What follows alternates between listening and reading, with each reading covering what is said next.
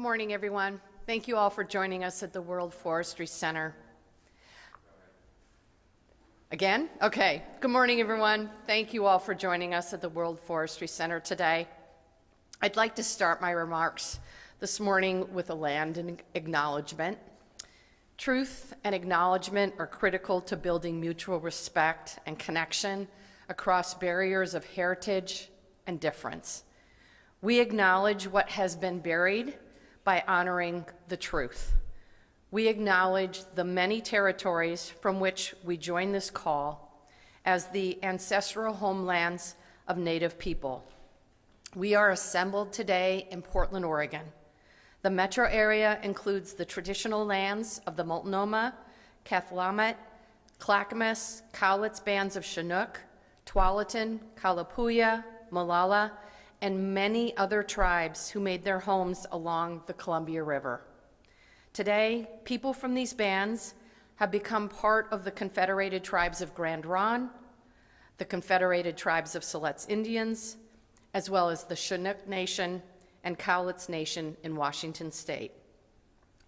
We pay respect to their elders, both past and present. Thank you all for joining me today to celebrate the signing of Senate Bill 762. I wanted to start out this morning by thanking everyone who made this bill possible. I first wanted to start with the members of my Wildfire Council, the more than 40 experts who volunteered countless hours to produce the Wildfire Council report. Thank you. Thank you for your extraordinary efforts. I also want to do a shout out to Matt Donegan, who agreed early on to chair that council. I have to say the report has served as a guidepost for 2 years of work in legislative committees that finally led to the passage of the bill. Thank you again. In addition to the Wildfire Council, I'd like to also thank Senator Golden for being both a chief sponsor and a chief champion. Unfortunately, he is not here. I think he's appearing by Zoom, but I still wanted to thank him anyway. Let's give him a round of applause as well. I also wanted to thank all the members of the Oregon legislature that provided bipartisan support for this bill. As they say, success has many parents, and I'm incredibly grateful for all of the stakeholders who work collaboratively to help bring this bill across the finish line. Thank you. There is another group of people that I wanted to acknowledge and thank before we begin, and I just got off a call with the president this morning. We spent a lot of time talking about this group of people, and that is our wildland and structural firefighters. This year alone, we've already had 9 major fires burn across Oregon, twice as many as we had this time last year. Those on the front line will tell you that the bootleg fire has behaved like no fire they have ever seen before, doubling in size each of the first several days and creating its own weather pattern. It's still the largest fire in the country. Our firefighters, well represented here by Representative Dacia Graber. Please stand up for a moment.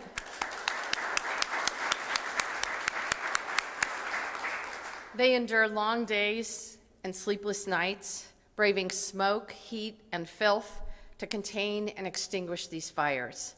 So I want to give a big thank you shout out to everyone who is working so damn hard in Oregon and across the entire West battling these fires. Thank you. There is no doubt in my mind that Oregon has one of the best wildfire response systems in the entire country. But as we responded to these fires over the past couple of years, from the Chetco Bar fire to the substation fire, it was really clear that we were battling with tools used in the last century. We were simply not equipped to fight the fires of this new age, which are faster and more fierce and fueled by the impacts of climate change. we needed to modernize our approach. That's why I established the Wildfire Council in 2019. The Wildfire Council began with the recognition that wildfire affects every single Oregonian and all sectors of our economy. They met for hundreds of hours to better understand the challenges and then find solutions. The council laid out a very robust set of recommendations, including fire hardening new homes in high-risk areas, providing smoke shelters to underrepresented communities, and increasing the boots on the ground and updating the planes in the sky. Unfortunately, I think we all know that the 2019 legislative session ended before we could get these recommendations passed.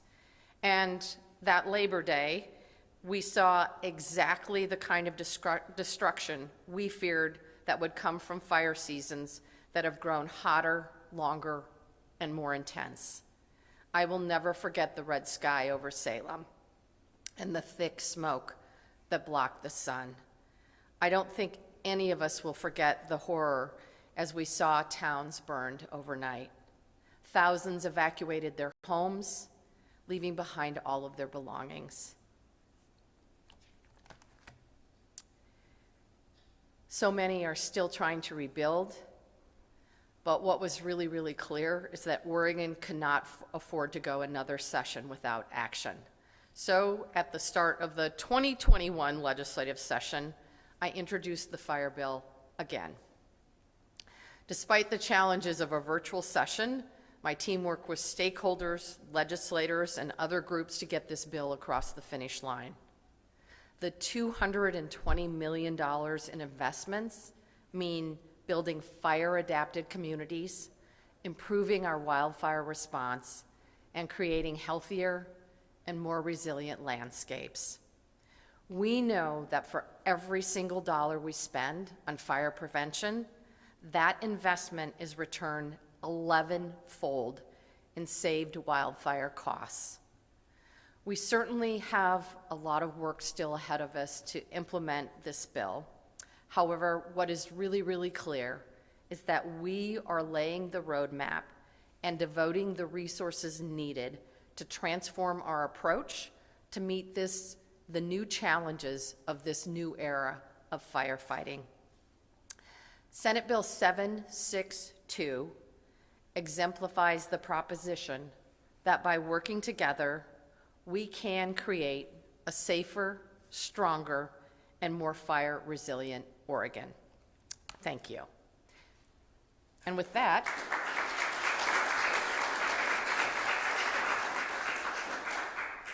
I think I'm turning it over to the chair of the Wildfire Council, Matt Donegan. Thank you, Governor Brown, for inviting me to join remotely. I'm very sorry I cannot be there in person, but appreciate this opportunity to celebrate such an important achievement for our state. I wish to recognize the many contributors to this wildfire bill and to discuss the bill itself, but before doing so, I'd like to share what I think is the key finding of the Wildfire Council, and that is that we can do this. We can tackle the challenges of wildfire, as with climate change more broadly, but it's going to take a fundamental shift in the scale and speed at which we operate.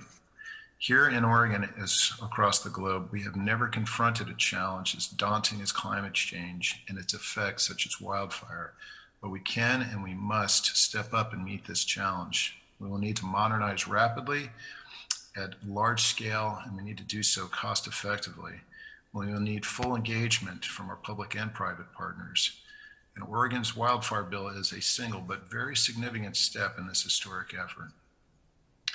This bill would not have been possible without Governor Brown, who recognized the need for a strategic reset as wildfire had fundamentally changed. In early 2019, our operations were already overwhelmed by the new demands of wildfire, and we lacked the surge capacity for a big look needed to set a new course. Governor Brown assembled a nonpartisan group of citizen leaders supported by over 100 experts. She dedicated Jason Miner to this effort, despite Jason's significant workload in other natural resource areas. Governor Brown created a sense of urgency and an aggressive time to act. And crucially, the governor's office let the council do its work. They let the experts bring the best available science and best practices and allowed the citizen council members to engage in critical thinking and find solutions.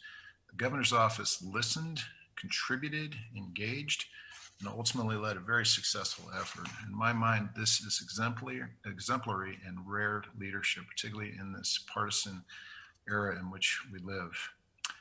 This should serve as a template for future leaders confronting wildfire, in my opinion. I also wish to convey how honored I have been to work alongside my fellow council members, agency leaders, and broader community that contributed to this effort. Our state agencies are populated with outstanding public servants, as are our federal agencies, universities, local governments, fire service agencies, and nonprofit and business partners. I wish to particularly recognize Senators Wyden and Merkley, who both dedicated senior staff to our Wildfire Council and who are pursuing federal policies to support Oregonians and help us get to scale solutions.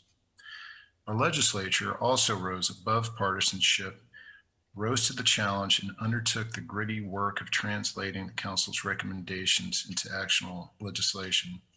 There are many folks to thank, and suffice to say, I feel very proud of the work that was accomplished. With regard to the bill itself, there are a few key elements I wish to highlight. First and foremost, I applaud its focus on social justice.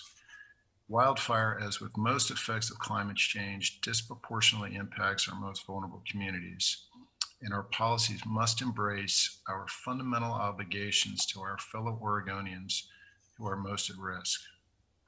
Second, our policies must provide holistic solutions. This bill seeks to protect our firefighters who now combat increasingly dangerous wildfires. It also seeks to comprehensive solutions more broadly across our communities. And the bill provides a long-term pathway to protect our natural landscapes at the scale at which is needed. Finally, our policies must embrace the extraordinary changes that our planet is facing. Our council report is not even 2 years old, and already the world has changed significantly since it was published.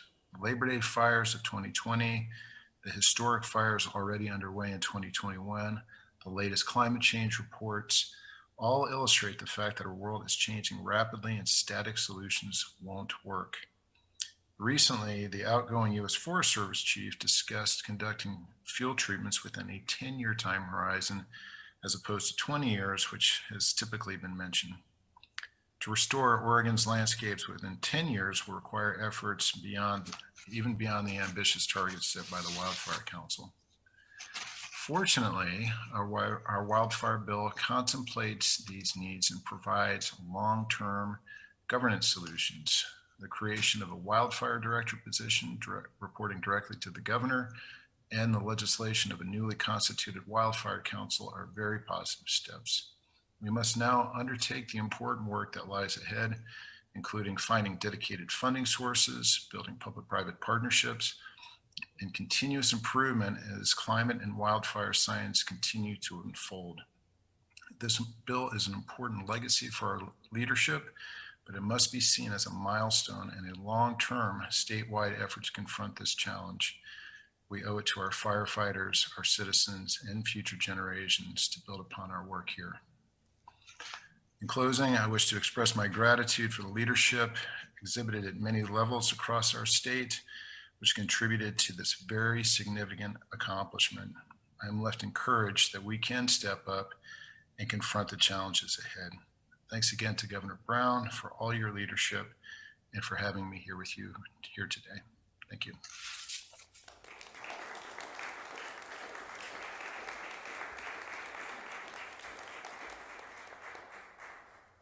Good morning. My name is Mariana Reese-Temple, and I serve Oregon as your state fire marshal, and I'm very happy to be here today with your leadership and many of those that have provided leadership. I just want to say thank you before my remarks. We're all bonded by the work that you've done over the last 2 years. I consider you all part of the fire family and our future movement in this space, so thank you again. A little under 2.5 years ago, to be exact, March 18th, in this very room, in this very place, many of you embarked upon a deliberate and purposeful conversation on how to advance wildfire protection and prevention in Oregon. Oregonians and fire managers have long discussed the steps that would be needed to protect our landscapes, our community, our firefighter, and our people.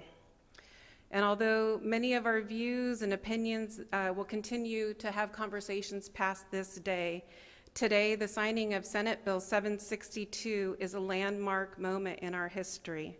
It will accelerate proactive steps to protect our communities, to advance and modernize our response systems across Oregon, and empower communities to take the steps to reduce the risk and increase resiliency to communities, but more importantly, help those in underserved and underrepresented populations of Oregon. Senate Bill 762 specifically to the Office of State Fire Marshal gives the capacity to make investments in these communities. Two new initiatives that we have as a result of Senate Bill 762 is Response Ready Oregon and Fire Adapted Oregon. And this will give our office the ability to create, support, and sustain fire-adapted communities, modernize our response systems and technology, and build on our Oregon Fire Mutual Aid System, which is your 305 fire districts in Oregon.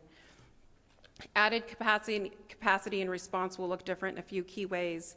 OSFM will have improved coordination and collaboration, with the first time ever having boots on the ground in these communities to advance mutual aid and better prepare our communities for response. This action should help in that immediate response and ability to keep fires small and keep fires outside of communities. To reduce fire risk to communities, we will also be working with community leaders, county commissioners, and other elected officials in planning how to build resiliency in your communities. Recognizing the power of Fire Adapted Oregon will provide capacity and resource to support communities at the local level, regional level, and all the way up to our federal response partners. Oregon's complete and coordinated system is strong, and the reality of our wildfire problem will require all levels of protection. Us as Oregonians in preparing ourselves for fire at the local level, regional level, and at the federal level with our response partners.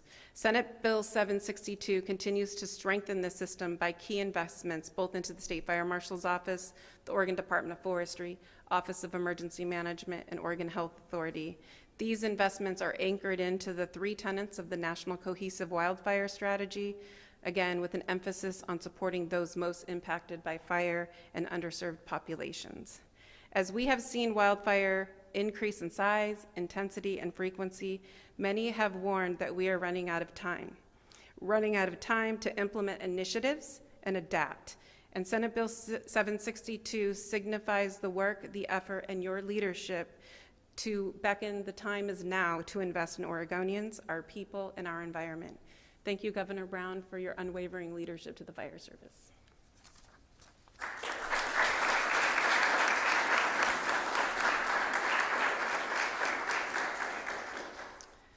Good afternoon. I'm Nancy Hirsch. I'm serving currently as the Acting State Forester for the Oregon Department of Forestry. I'm extremely honored to be here today. The significance of the signing of Senate Bill 762 has been described in many ways as monumental, certainly so for the Department of Forestry and all the people that we serve. I deeply, greatly appreciate and respect the work of the Wildfire Council. Those were the folks that rolled up their sleeves and had the hard conversations and dedicated tireless hours, days and nights that really brought to bear the recommendations.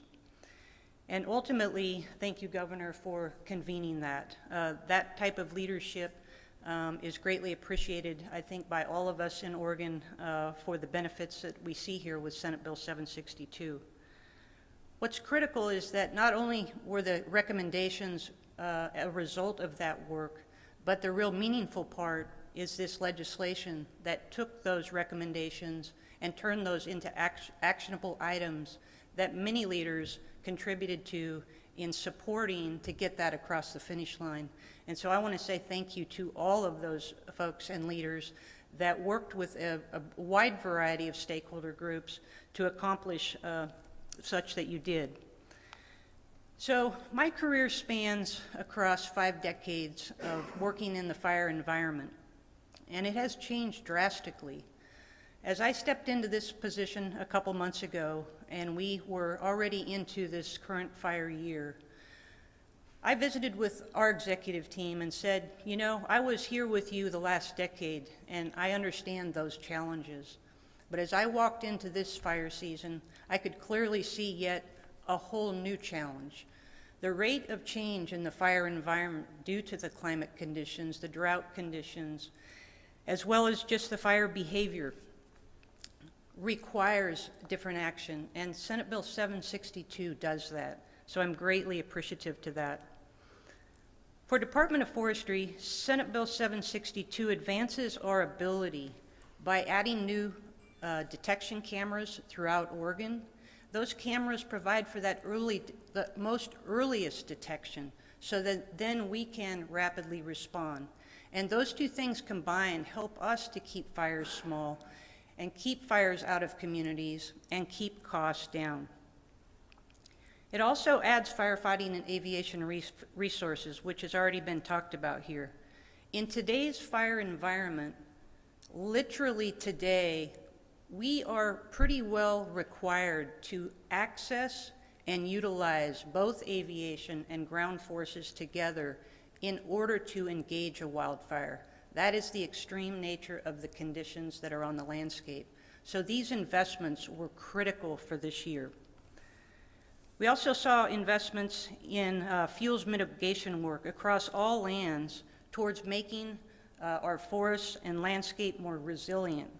As a result of this will reduce the risk of these large, significant, catastrophic wildfires between the forests and communities. Lastly, Senate Bill 762 initiates and advances programs to strengthen the overall state of Oregon's complete and coordinated fire protection system. Mariana and others have spoken to this, but Oregon is unique across the nation. Its complete and coordinated fire protection system is functioning very well and also needs these investments. As a result of these investments, we will be able to at least keep up with and stay in hand with the challenges that we face, and these investments meet those challenges that we're faced with. Our success ultimately relies on our partnerships, and I want to lastly close with a couple comments around this. Our partnerships within this complete and coordinated system rely on, right up front, the local landowners, both small and large, the operators and contractors that are in the forest, the Oregon State Fire Marshal, the U.S. Forest Service, the Bureau of Land Management, the U.S. Fish and Wildlife Service, the Bureau of Indian Affairs, other states. I know I'm missing some, but the fact is it takes all of us, and as well all of our Oregon federally recognized tribes. Combining this highly functioning, complete and coordinated system along with these investments expands our ability to meet our variety of missions and for us to provide sustainable forestry in Oregon and keep forests green and growing and assuring the safety of communities, firefighters, and protecting our natural resources. These are the benefits that all Oregonians deserve. Thank you very much.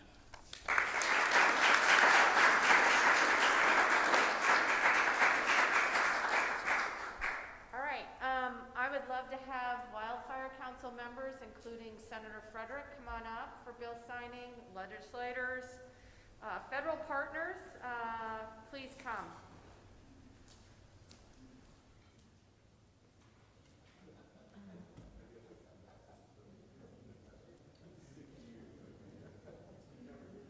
Thank you.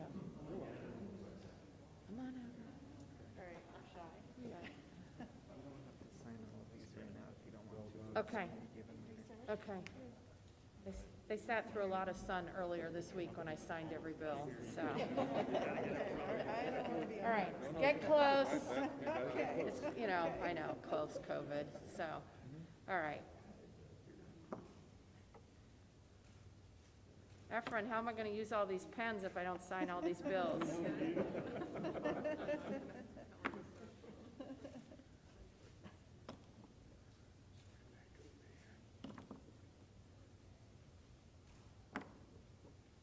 I'll do two. How's that?